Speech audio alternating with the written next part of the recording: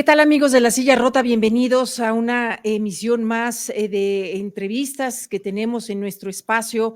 Hoy, la verdad es que estamos muy agradecidos porque tenemos la presencia de alguien muy particular, alguien que sabe muchísimo de migración, pero que además hacen un trabajo espléndido en este tema. Se trata de Avelino Mesa, quien es secretario general de esta organización Fuerza Migrante. Es una organización que en verdad trabaja demasiado por atender lo que son los asuntos de migración. Avelino, muchísimas gracias por acompañarnos en esta ocasión. Bienvenido. Hola, no, al contrario, muchas gracias por la invitación, un gusto. Gracias, Avelino. A mí me gustaría empezar, yo sé que ustedes como Fuerza Migrante pues han sido observadores de lo que fue la pasada elección, pues bueno, allá en bueno, la elección de México, pero que han colocado urnas, casillas en algunos consulados de Estados Unidos. Sé que ustedes fueron parte de estos observadores y vimos algo, me atrevo a decir algo extraordinario, pero también algo, bueno, además de inédito. Fue mucha molestia de mexicanas y mexicanos porque no alcanzaban a votar, pero también veíamos felicidad por quienes sí podían votar. ¿Qué es lo que ustedes vieron, Avelino? ¿Cuál es el análisis o el balance que podríamos estar haciendo? Yo creo que a final de cuentas, a todos nos sorprendió la cantidad, la respuesta que tuvo la comunidad para atender el proceso. Habíamos estado escépticos con respecto a la cantidad de gente que podría haber llegado. Sabíamos que se tenía que hacer un gran esfuerzo para que la gente agotara estas 1,500 boletas electorales, pero efectivamente, ¿no? Hubo claroscuros en el sentir al momento de personas, familias completas, grupos de amigos que se fueron en grupo y que tuvieron la oportunidad de votar, pese a esperar más de 8 horas en muchas ocasiones, formados a la intemperie con los climas, ¿no? En Texas, ¿no? Me tocó a mí particularmente cubrir el consulado de Houston y la verdad es que era gratificante ver a las personas poder emitir su voto. Pero, como bien dices, un gran descontento por parte de la gran mayoría de la gente que se quedó fuera, pese a que tuvo la oportunidad de hacer su proceso de registro con meses de anticipación, ¿no? El propio INE nos pedía que notificáramos quienes estaban con la intención de votar de manera presencial y la gran mayoría de estas personas se quedaron sin la posibilidad. Y creo que ese es el gran punto, ¿no? En muchos consulados no se agotaron ni siquiera las 1,500, pero tampoco se atendió al 100% de las personas registradas para votar. Entonces, ha sido ese mal sabor de boca que se quedó después del proceso electoral del domingo, el hecho de que mucha gente se quedó sin la posibilidad de votar. Oye, pero me sorprende esto que me dices de que hay lugares en donde ni siquiera se acabaron las 1,500. O sea, ¿no llegó la gente, Avelino? No, por supuesto. El problema, sí, probablemente estaban más de 5,000 personas esperando votar dentro de la casilla especial, dentro de estos 1,500 boletas especiales. Lo que no sucedió es la capacidad que se desplegó por parte del Instituto Nacional Electoral dentro de los consulados para poder atender a toda esa población. Creo que sorprendió al INE por el hecho de que no se contaban probablemente con el suficiente personal ni el suficiente equipo. No había en la gran mayoría de los casos un esquema adecuado de logística para controlar a tantas personas. Tenemos casos de personas formadas desde las 4 de la mañana o a hora local, esperando poder votar, personas de la tercera edad esperando más de 5 horas para que se abriera el consulado y pudieran emitir su voto. El problema fue la incapacidad, pues, de poder atender a toda esta reacción que la gente tuvo para con el voto presencial. Muchos de ellos tenían la esperanza de que fueran estas boletas físicas, como en México, ¿no? En papel y poder emitir su voto y depositarlo en una urna. Se sorprendieron muchos al ver que era una tableta, ¿no? Y eso fue parte también de la logística y de la problemática, ¿no?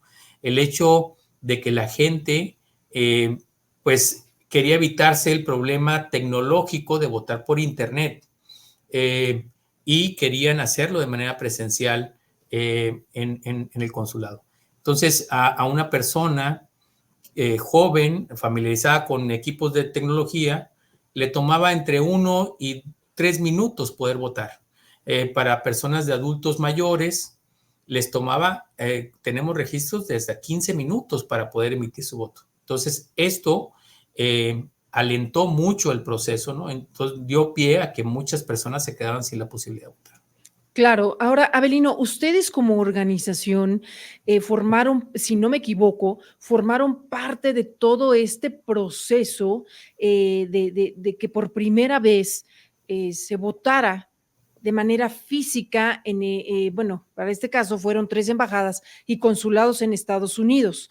Ustedes formaron parte de este proceso. ¿Vieron venir esta situación, Avelino? Vaya, porque me sorprende lo que me dices, me sorprende y no lo que me dices de la incapacidad, que el INE se vio rebasado, porque cabe aclarar que todo esto lo manejó por completo el INE. Personal diplomático, personal adscrito a embajadas y consulados, nada tuvo que ver en ello, solamente el INE. Entonces, ¿lo vieron venir, Avelino? ¿Ustedes en algún momento pudieron ponerlo sobre la mesa?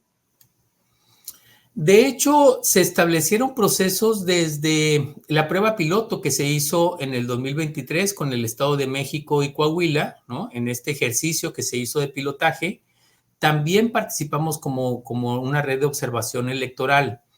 Le hicimos nuestro respectivo informe. Este proceso lo hicimos en colaboración con un organismo internacional que tiene toda la experiencia para que aprendiéramos a hacer el proceso de observación de una manera seria. Le entregamos este reporte al INE donde venían, ¿no?, las observaciones y las recomendaciones con respecto a mejorar el proceso.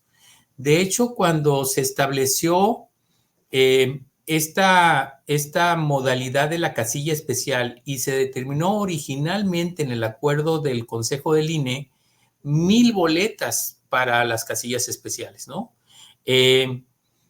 Interpusimos un juicio de defensa de derechos políticos ante el Tribunal Federal Electoral, donde argumentábamos que eran muy pocas boletas para un padrón electoral potencial de 1,5 millones de mexicanos que tenemos una credencial de elector emitida en el extranjero. Entonces, teniendo una base de 1,500,000 personas adicionales al grupo de personas que residimos en el extranjero, pero que cuentan con una credencial con domicilio en México, tramitada en México. Todavía añadiéndolo a ese sector de la población que es importante. Habían registrado cerca de 200,000 personas para registrarse para votar y decimos, bueno, en casilla especial tiene que haber, denos oportunidad de que por lo menos unas 200,000, 300,000 boletas en todo el mundo tengamos la posibilidad de tener, ¿no? Viendo el potencial del voto. Lamentablemente el tribunal falla en contra de nosotros, valida el hecho de las 1,000 boletas que el INE había acordado originalmente y posteriormente el INE, en un acto de buena voluntad, entre comillas, entrecomillado, lo extiende a 1,500 boletas por casilla, ¿no? Por consulado. A todas luces fue insuficiente, pero como bien te decía, a final de cuentas, ni siquiera estas 1,500 se agotaron, no porque no había gente, sino por la incapacidad de la organización del trabajo. Parte de las observaciones que tendremos que hacer y las recomendaciones en nuestro informe al INE, pues viene la ampliación de puntos de sedes para votar en el extranjero, como lo hacen otros países. En otros países habilitan escuelas, como se hace en México, habilitan centros comunitarios, iglesias, donde los puntos son mucho más cercanos a la comunidad, donde se hace toda esta dispersión, aprovechando que realmente son computadoras, ¿no? No hay que hacer un gran desdoble y hay mucho interés en que la gente pueda participar como funcionario de casilla, etcétera, ¿no? Creo que hay el interés está más que demostrado, ¿no? En este ejercicio del domingo pasado. Ahora, Avelino, ¿cómo lo defines? ¿Como una, pues digo, una buena experiencia? Algo evidentemente que tendrá que mejorar muchísimo, pero sobre todo en el ánimo de la gente, porque yo vi algunos videos que circularon en redes sociales, ustedes mismos como organización, hubo un video en particular que yo veía a un señor llorando porque no alcanzó a votar. Entonces, ¿cómo defines esto? Y sobre todo en el ánimo de que la gente no se desilusione y para un siguiente proceso electoral, pues no termine diciendo, yo ya no voy, yo ya no le entro. Sí, es que a final de cuentas tenemos que entender que, por supuesto, hay una responsabilidad importante dentro del instituto, ¿no? Recae una gran parte de responsabilidad, pero tenemos que fortalecer el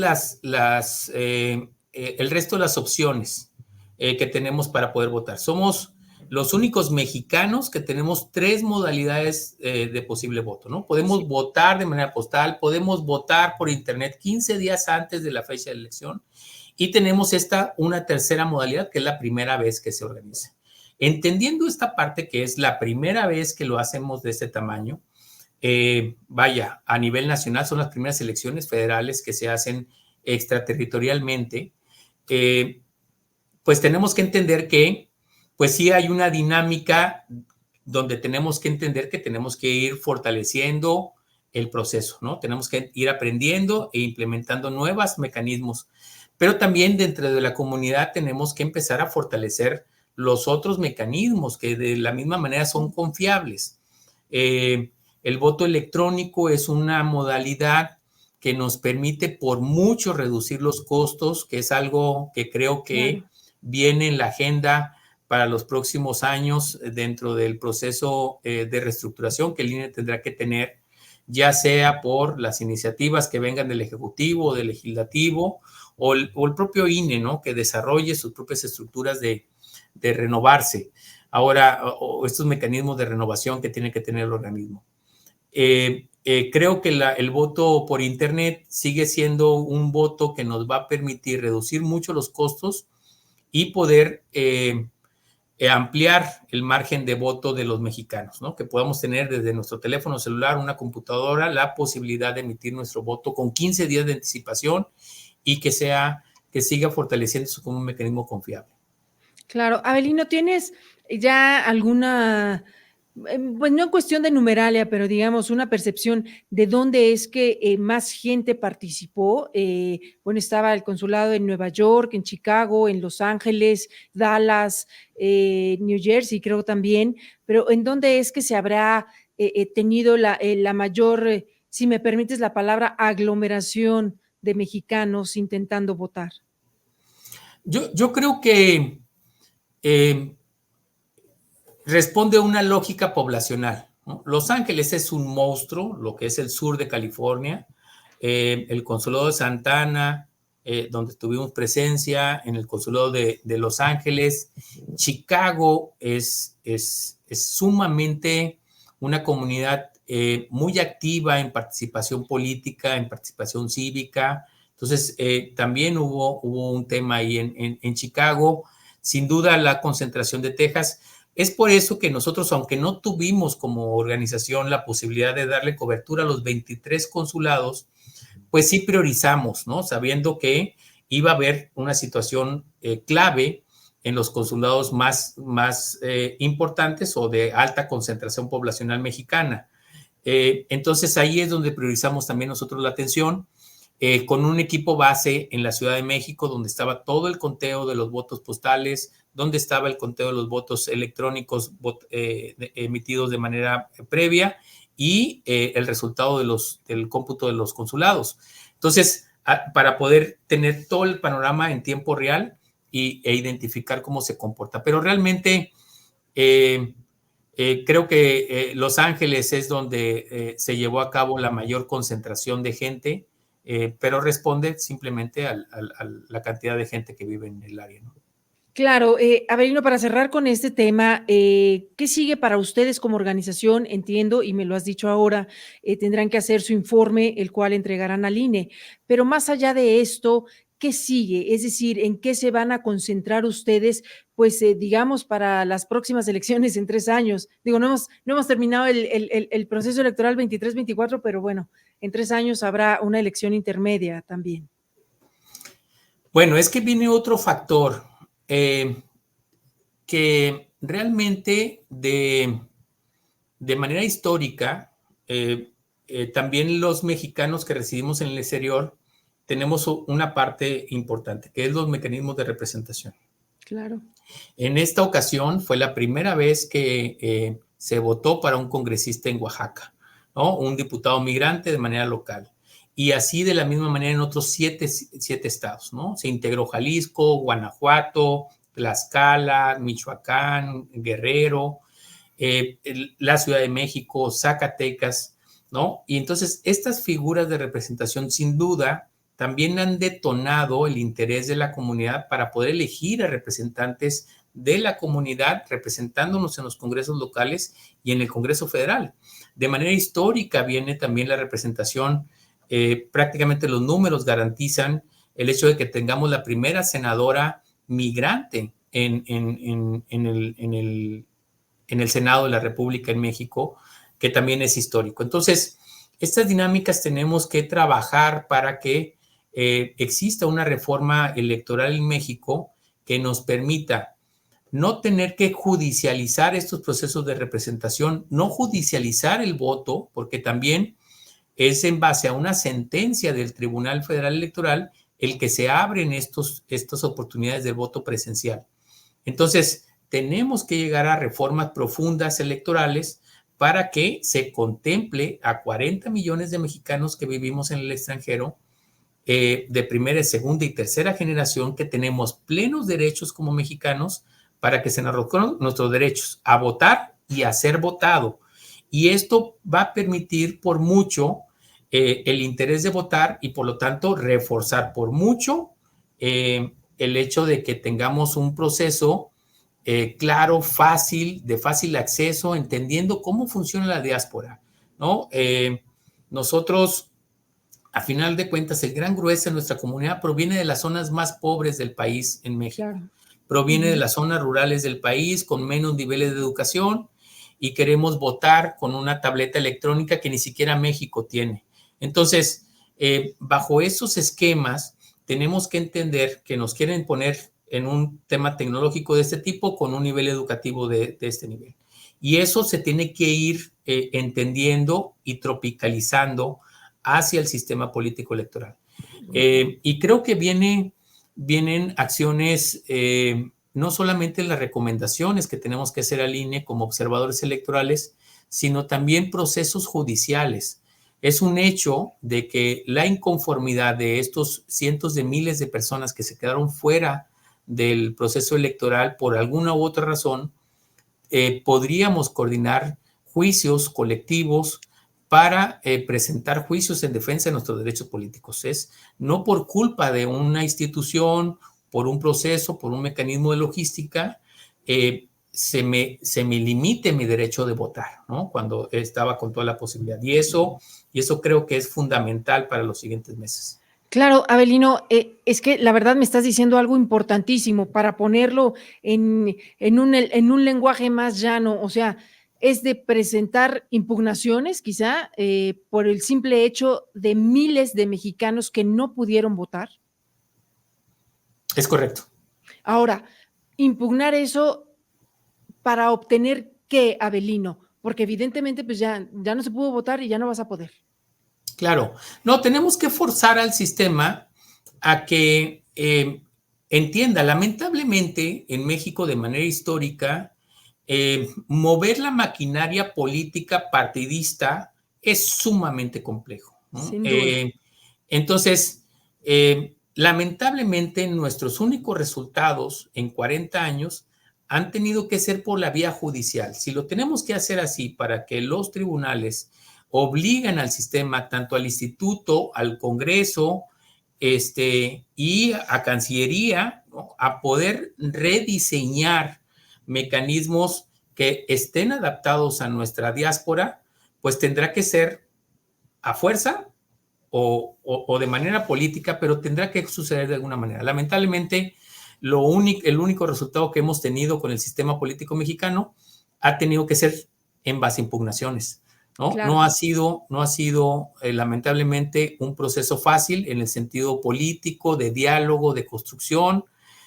Parece que estamos los mexicanos diseñados a los golpes o a las controversias o a las pugnas o a las peleas, y es la única forma en que reaccionamos, y es lamentable, pero así sucede, ¿no? Y tampoco no se trata de victimizar, sino de saber hacer qué es lo que tenemos como responsabilidad como comunidad, porque no podemos ser solamente espectadores, tenemos que convertirnos en actores de los cambios que tengan que venir en beneficio de nuestra comunidad, pero también de nuestras familias en México, que es otro gran tema, ¿no?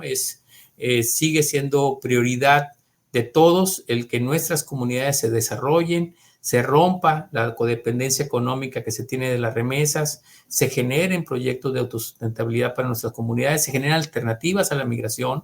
Esto no está parando, sigue saliendo muchos jóvenes, siguen saliendo de México para migrar hacia los Estados Unidos como única alternativa de desarrollo. Y esto no se ve para cuándo poder generar las alternativas, ¿no? Tenemos que construir estos diálogos, y lamentablemente es dentro del sistema político, y es por eso tan importante la representación de la diáspora en los diferentes niveles de gobierno. Claro, Avelino, ¿ya tienen alguna idea? Bueno, es cierto, ya lo comentaste, la primera senadora migrante llegará a la Cámara Alta. Para el caso de los diputados migrantes, en la Cámara de Diputados Federal, ¿tienen ya alguna idea de cuántos espacios logran como migrantes? Sí, lamentablemente reducimos la cantidad, esperemos que aumentemos calidad, ¿no? Entremos en lo sustantivo. Actualmente tenemos 11 diputaciones federales que terminan su periodo. Nosotros esperamos que termine en 7, más o menos los cálculos que tenemos. Vamos a bajar a 7, se quedan nada más las 5 diputaciones federales de Morena, y estamos contemplando que entran 2 de Acción Nacional como diputaciones. Se pierde la diputación del PRI y se pierde la diputación de Movimiento Ciudadano por este abrumador triunfo de Morena en el proceso electoral. Claro, claro. Y por parte de los congresos locales de la misma manera, ¿no? Tenemos entendido que Morena se queda con la diputación local de Oaxaca, Jalisco se queda Morena también, en Guanajuato creo que se queda Acción Nacional, en la Ciudad de México se queda Acción Nacional con la Diputación Migrante en el Congreso local, y estamos esperando terminar de hacer los cálculos para el resto de los estados como Tlaxcala, Guerrero, Zacatecas, Michoacán, que son estados que también van a contar con una representación migrante que seguramente se va a concentrar en Morena, ¿no? Perfecto, pues yo le agradezco muchísimo a Avelino Mesa, secretario general de la organización Fuerza Migrante. Le agradezco muchísimo que haya estado con nosotros aquí en este espacio de La Silla Rota, acompañándonos, pero sobre todo dándonos un amplio panorama de lo que fueron las elecciones del pasado 2 de junio, en donde el Instituto Nacional Electoral pues instaló 23 casillas en representaciones diplomáticas. La primera vez que votan en físico los mexicanos que viven en el exterior. Para el caso de Estados Unidos, si no me equivoco, fueron 20 las casillas que se ubicaron en consulados, una en Canadá, que fue en Montreal, otra en España, en Madrid, y la otra en Francia, en París. Avelino, muchísimas gracias, muchísimo éxito para lo que venga, y pues seguramente te estaremos molestando en un futuro inmediato.